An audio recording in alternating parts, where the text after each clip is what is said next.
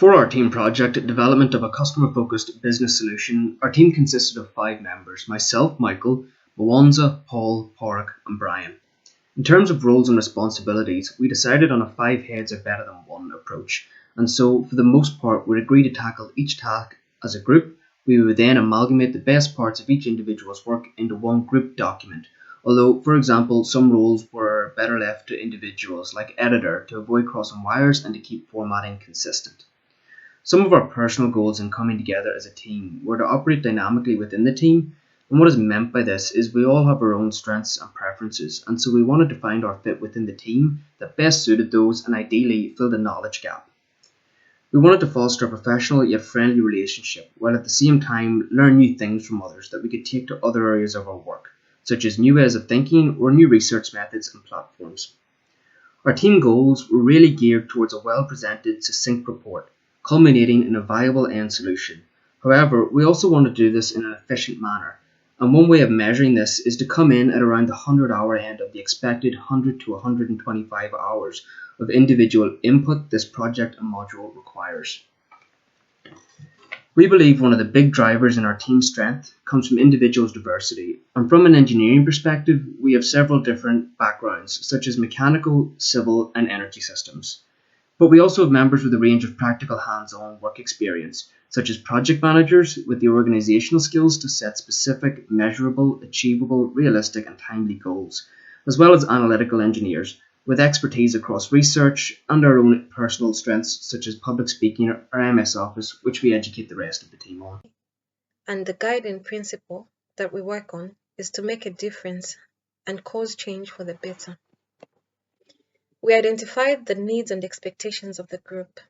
The ability to give and receive constructive criticism was expected from everyone. We needed everyone to contribute to all the team work. We expected team members to have an open mind and to maintain a positive outlook on all the discussions that we would have. We set up some rules and activities to help us work effectively as a team. Individual deadlines were supposed to be met by all team members. We created a WhatsApp group for all communications. It was the group's responsibility to evaluate each one's work and help in the decision-making process. We then identified the weaknesses and the risks that we would face in working together as a team. Limitations from COVID-19, such as group meetings, was one of them. We've had to have all our meetings virtually. We realized that it would be impossible for us to experience a personal touch from our interviewees as we interview them, because we would not be able to read their facial expressions and other unspoken gestures that come with a one-on-one interview. We lacked a differing mindset because all of us came from a common background of engineering. So perhaps if we had someone who has had a background in business, would have a mixture or a diversity in mindsets. We all had to maintain and commit to other schedules besides this one, so we realized that that would pose a challenge. So this is what we came up with for our team's character canvas. Right, so I'm going to take you through our stakeholder map. So here in the center, we have us working together as the project team. And we also have our interviewees and how they see the problem and how it affects them will have a large impact on our project and any potential solution we develop. Moving out from that, we have NFET and the government. Now these two would work together to determine the length and severity of any lockdown, whether that be on a local or a national level. Moving from that, we have our solution competitors.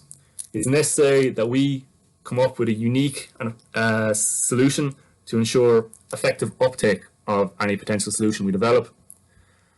We also then have fitness centres, which includes gyms, and these places of business would look to remain places of business during lockdown and will impact our project in that way. And then of course we have ye as our lecturers who offer us advice and mentoring to impact on our project. Moving out from that to the indirect circle, we have mental health services. We've seen through our interviews and desk research that maintaining fitness levels is very important to people with mental health, so it will impact in that way. And then media and social media influencers and interviewees' social circle would dictate the uptake of any potential solution we develop, as people would want to interact with each other. And then finally, you have general public compliance, and this will influence the length of any lockdown. The persona we decided to select through our interviewee process was a girl named Alison Gray. She's a 25-year-old female. She's a working student based in Galway. Alison was keen to maintain fitness during lockdown and COVID-19 restrictions, to maintain a healthy lifestyle, communication with her friends, and also protect her own mental health. Throughout the interview process, we found negative trends with people, which was reduced activity, loneliness, stress and anxiety, amongst others. Some positive trends we found were increased awareness to stay healthy and fit. People were finding new ways and showing initiative to have new routines and workouts at home due to lockdown restrictions. But this came with daily problems and headaches, such as drastic change to routine, lack of motivation in people, stressed due to COVID-19 lockdown, news, social media, etc. Lack of equipment also played a big part in people's daily problems, particularly for Alison. But there was some positive events and opportunities. People found improved eating habits due to increased time at home. People were learning to adapt and potentially save money by not having to pay for a gym, as they are sufficient enough for working out at home. Also, people were learning new ways to connect with each other and their families through the likes of social media and apps such as Zoom. Fears for the future for Alison in particular were loss of fitness and health-related problems.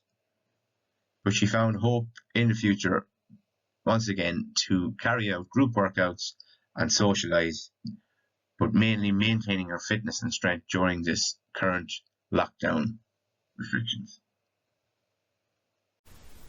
So I'm going to take you through the customer journey canvas. So firstly, first customer need is workout and exercise.